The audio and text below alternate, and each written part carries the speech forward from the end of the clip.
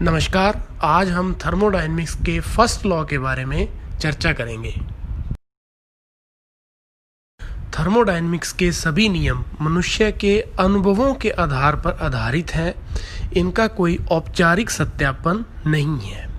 First law of thermodynamics ऊष्मागतिकी का प्रथम नियम।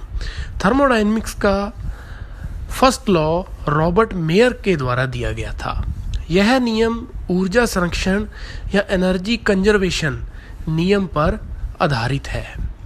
इसके कथन निम्न प्रकार हैं। नंबर 1, ऊर्जा को ना तो नष्ट कर सकते हैं ना ही उत्पन्न कर सकते हैं, केवल एक रूप से दूसरे रूप में परिवर्तित कर सकते हैं। ब्रह्मांड की कुल ऊर्जा सदैव नियत रहती है। किसी विलगित निकाय या आइसोलेटेड सिस्टम की कुल ऊर्जा सदैव संरक्षित रहती है, प्रिजर्व्ड रहती है। ऐसी मशीन का निर्माण करना इम्पॉसिबल है जो बिना ऊर्जा की खपत के लगातार कार्य करती चली जाए। ऊष्मागतिकी के प्रथम नियम का गणितीय स्वरूप। माना कि कोई सिस्टम जिसकी इनिशियल इंटरनल एनर्जी E1 है, यदि इस सिस्टम को Q ऊष्मा या हीट प्रदान कर दी जाए और सिस्टम पर W कार्य भी कर दिया जाए तो सिस्टम की फाइनल इंटरनल एनर्जी E2 हो जाती है। अर्थात E2 बराबर E1 plus Q plus W।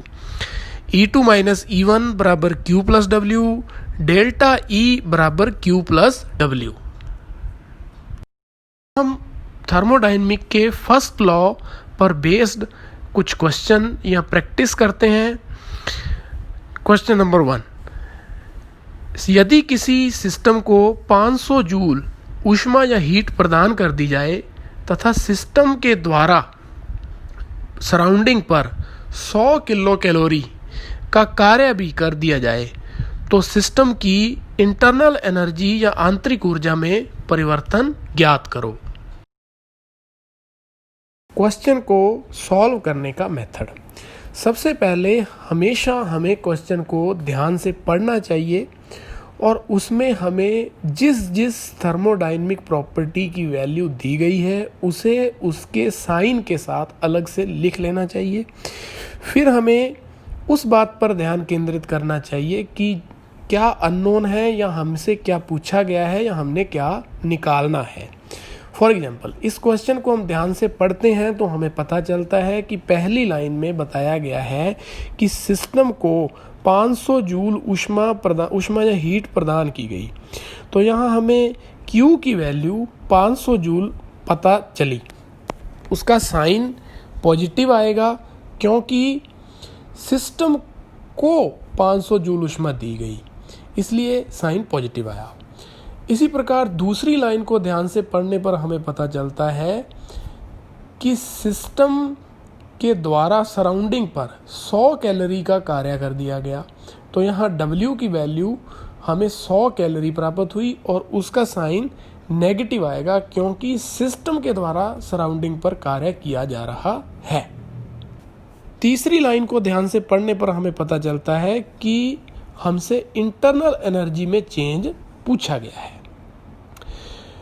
अब हम W और Q दोनों जो कि हमें क्वेश्चन में दिए गए हैं उनकी यूनिट्स को ध्यान से देखते हैं तो हमें पता चलता है कि W की यूनिट कैलोरी में है जबकि Q की यूनिट जूल में है।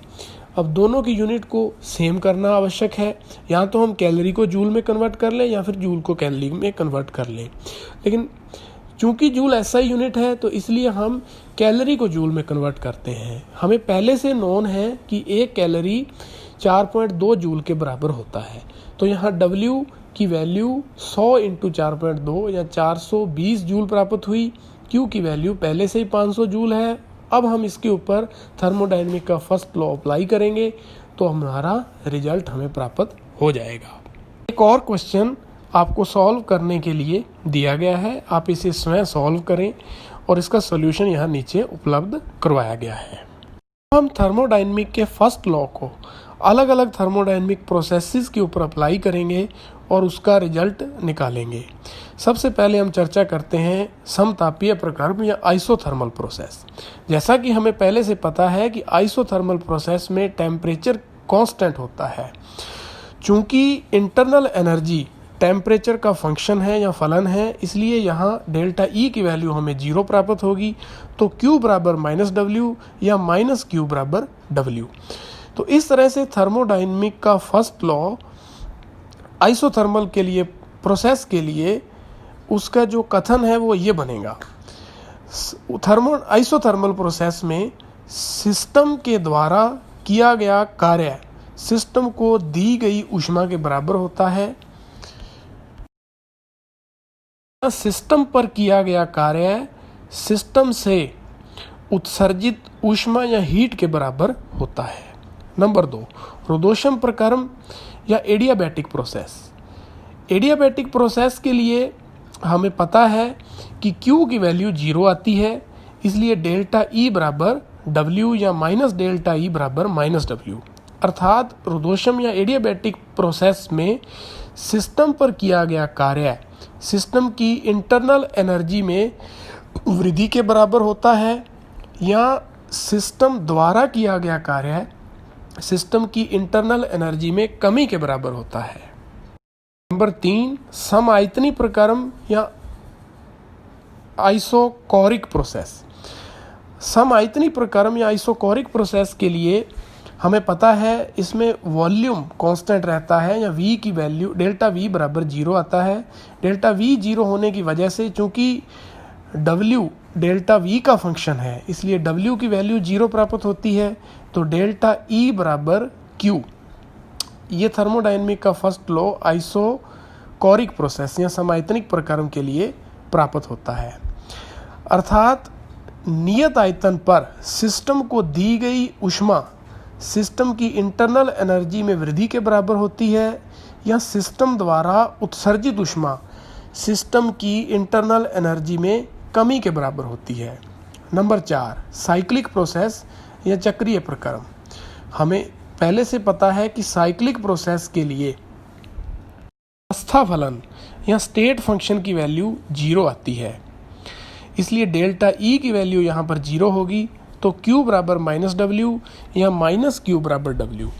अर्थात साइक्लिक प्रोसेस में सिस्टम को दी गई ऊष्मा सिस्टम के द्वारा किए गए कार्य के बराबर होती है या सिस्टम से उत्सर्जित ऊष्मा सिस्टम पर किए गए कार्य के बराबर होती है।